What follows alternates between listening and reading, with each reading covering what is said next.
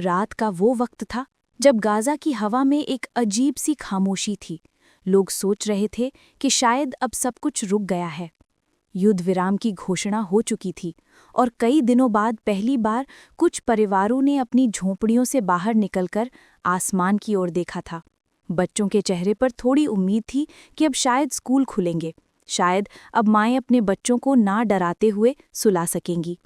नमस्कार दोस्तों, स्वागत है आपका हमारे चैनल करंट वर्ल्ड इन्फॉर्मेशन में।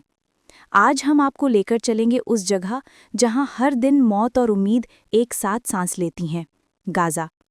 यहाँ युद्ध विराम का मतलब अब भी खामोशी के बीच डर है और हर नया दिन एक नई जंग लेकर आता है। लेकिन उस खामोशी को ज़्यादा देर टिकने नहीं दिया गया। कुछ ही घंटों बाद फिर आसमान गूंज उठा, धमाकों की आवाज़ें, धूल, चीखें और टूटते मकानों की गूंज। युद्ध विराम के बावजूद हवाई हमले जारी रहे।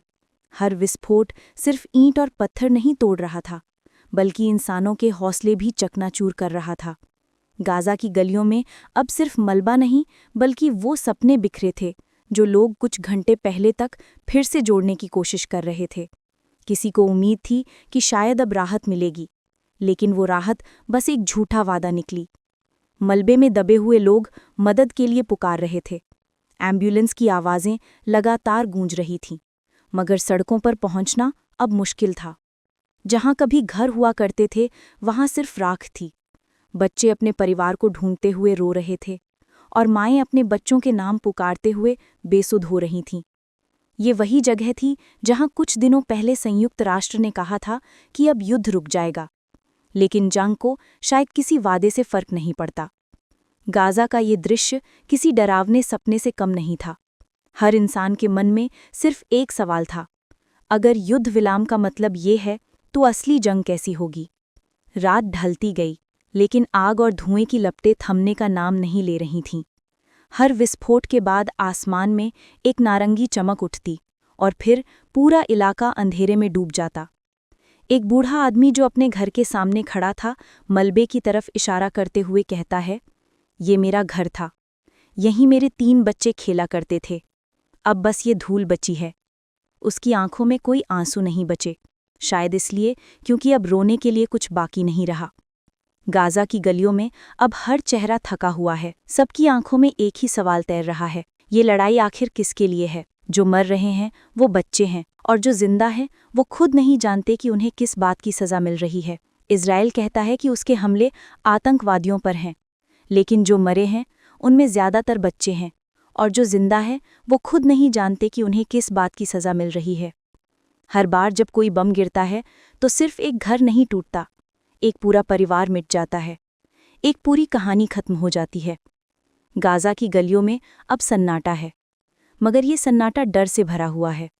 हर बच्चा अब आसमान को देखकर डरता है। हर माँ अब अपने बच्चे को छिपाने की जगह ढूंढती है। लोग अब तारीख नहीं गिनते, बस रात और दिन को बमों की गिनती में मापते हैं। दुनिया देख रही है, टीवी चैनलों पर, सोशल मीडिया पर देखने और महसूस करने में फ़र्क होता है। स्क्रीन के उस पार सब कुछ बस एक खबर बन जाता है, लेकिन गाज़ा के लिए ये खबर नहीं, जिंदगी है, या यूं कहो जिंदगी का अंत।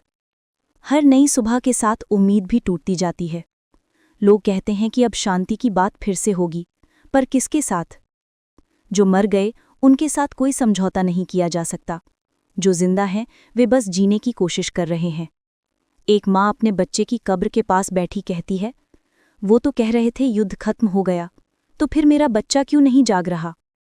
उसकी आवाज़ में जो दर्द है वो किसी बयान से ज़्यादा सच्चा है। गाज़ा का आसमान अब धुआं बन चुका है।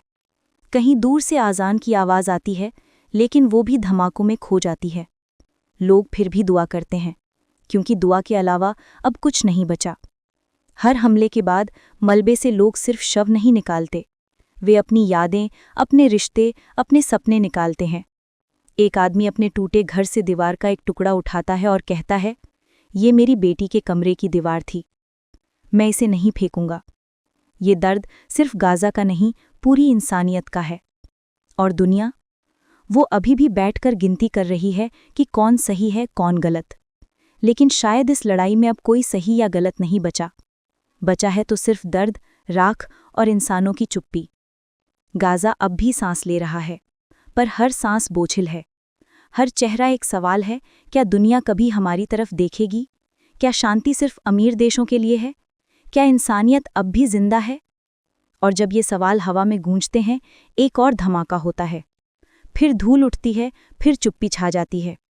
रात फिर उतरती है और किसी को याद आता है, आज युद्ध विराम का 7वां दिन है। लेकिन गाज़ा के लिए कोई भी दिन युद्ध से अलग नहीं है। ये कहानी खत्म नहीं हुई है, क्योंकि गाज़ा अब भी जल रहा है और दुनिया अब भी चुप है। दोस्तों, अगर आप चाहते हैं कि ऐसी सच्ची कहानियां दुनिया तक पहुंचें, तो हमारे चैनल करंट वर्ल्ड इन्फॉर्मेशन को सब्सक्राइब करें। आपकी एक क्लिक हमें और ऐसे अनकहे सच दिखाने की हिम्मत देती है। धन्यवाद और दुआ करें, कहीं ना कहीं कभी ना कभी शांति लौट आए।